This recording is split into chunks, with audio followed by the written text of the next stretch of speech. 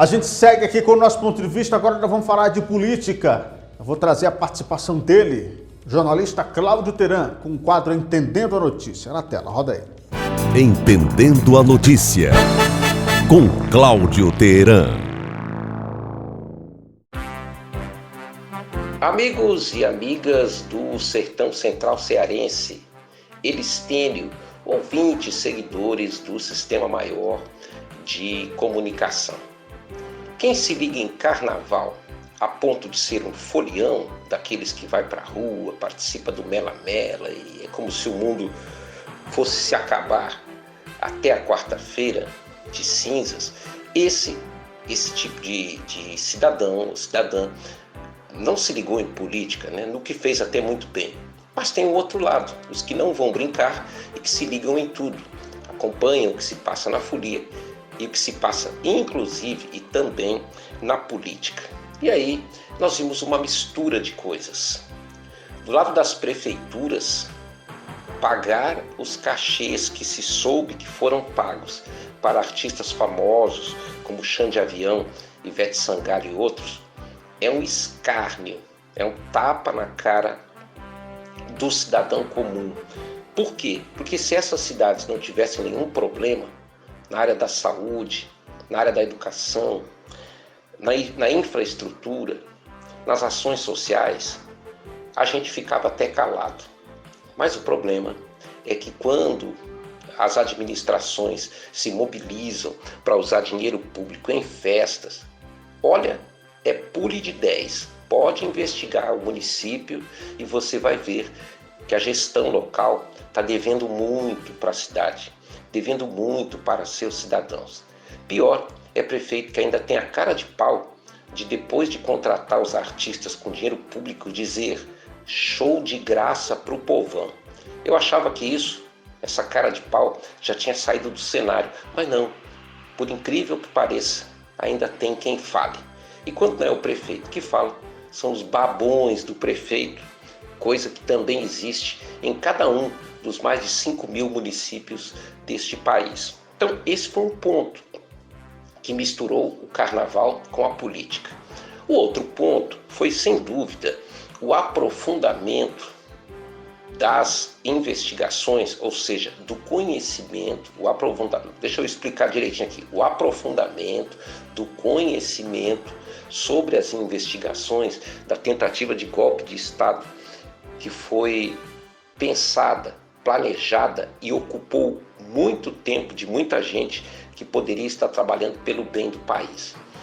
Essas pessoas que se organizaram para dar um golpe, todas elas foram comandadas pelo ex-presidente da República. E em plena quarta-feira de cinzas, surgiu uma cronologia do golpe que é muito interessante para tirar toda e qualquer dúvida sobre a participação, se é que ainda alguém tem dúvida sobre o que se pensou fazer. Porque a Polícia Federal teve acesso e foi divulgado para a imprensa, para todo mundo saber, a Polícia Federal teve acesso aos horários em que todos os envolvidos no golpe entraram e saíram do Palácio do Planalto, os dias em que eles se reuniram, os horários, o tempo em que eles permaneceram lá. Depois, quando você pega e mistura com o vídeo, aquele famoso vídeo, aí você completa a checagem. Mas tem muito mais, porque o cearense de Iguatu, general do Exército, Paulo Sérgio Nogueira, na reunião, diz que está pronto para dar o golpe. É só o então presidente autorizar. Ele não fala exatamente com essas palavras que eu usei, mas eu estou resumindo aqui para melhor compreensão dos ouvintes. Poucos dias, pouco tempo depois, poucos meses depois dessa reunião, vamos dizer assim, o Bolsonaro, já derrotado, deu uma entrevista dizendo que iria para onde as Forças Armadas fossem. Ou seja, o golpe estava ali, né? Faltava poucos detalhes para ele ser executado. E aí, essa frase dele é emblemática.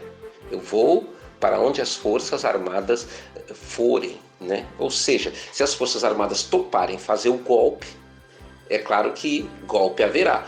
Foi isso que ele acabou dizendo, isso depois de passar uns 40 dias sem falar nada. Enquanto isso, toda a estrutura de poder era usada para manter os fanáticos nas portas dos quartéis, junto com a iniciativa privada, que bancou toda aquela festança tétrica e patética à beira dos quartéis, com a conivência dos militares envolvidos até o pescoço.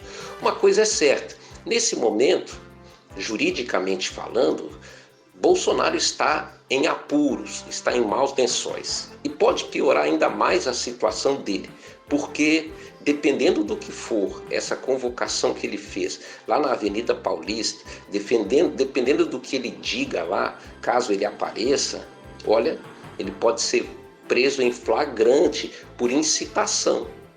Então, até isso é melhor que ele tome bastante cuidado. A defesa dele quer de volta também o passaporte, mas não dá para entregar, considerando tudo o que já se viu até aqui. Eu sei que o período de carnaval, mesmo aqueles que não vão farrear ou brincar, ficam descansando, quietos, mas o tempo não para. E é por isso que hoje é quinta-feira, é por isso que hoje os brincantes do Rio de Janeiro celebram a belíssima vitória da Viradouro. E é por isso também que a gente começa a quinta-feira correndo atrás do nosso prejuízo, que é pesado, e nos coloca uma cangalha todos os dias nas costas e nos ombros para a gente resolver. Não é fácil ser brasileiro, nunca é fácil. Cláudio Teran, para o Sistema Maior de Comunicação. Entendendo a notícia, com Cláudio Teran.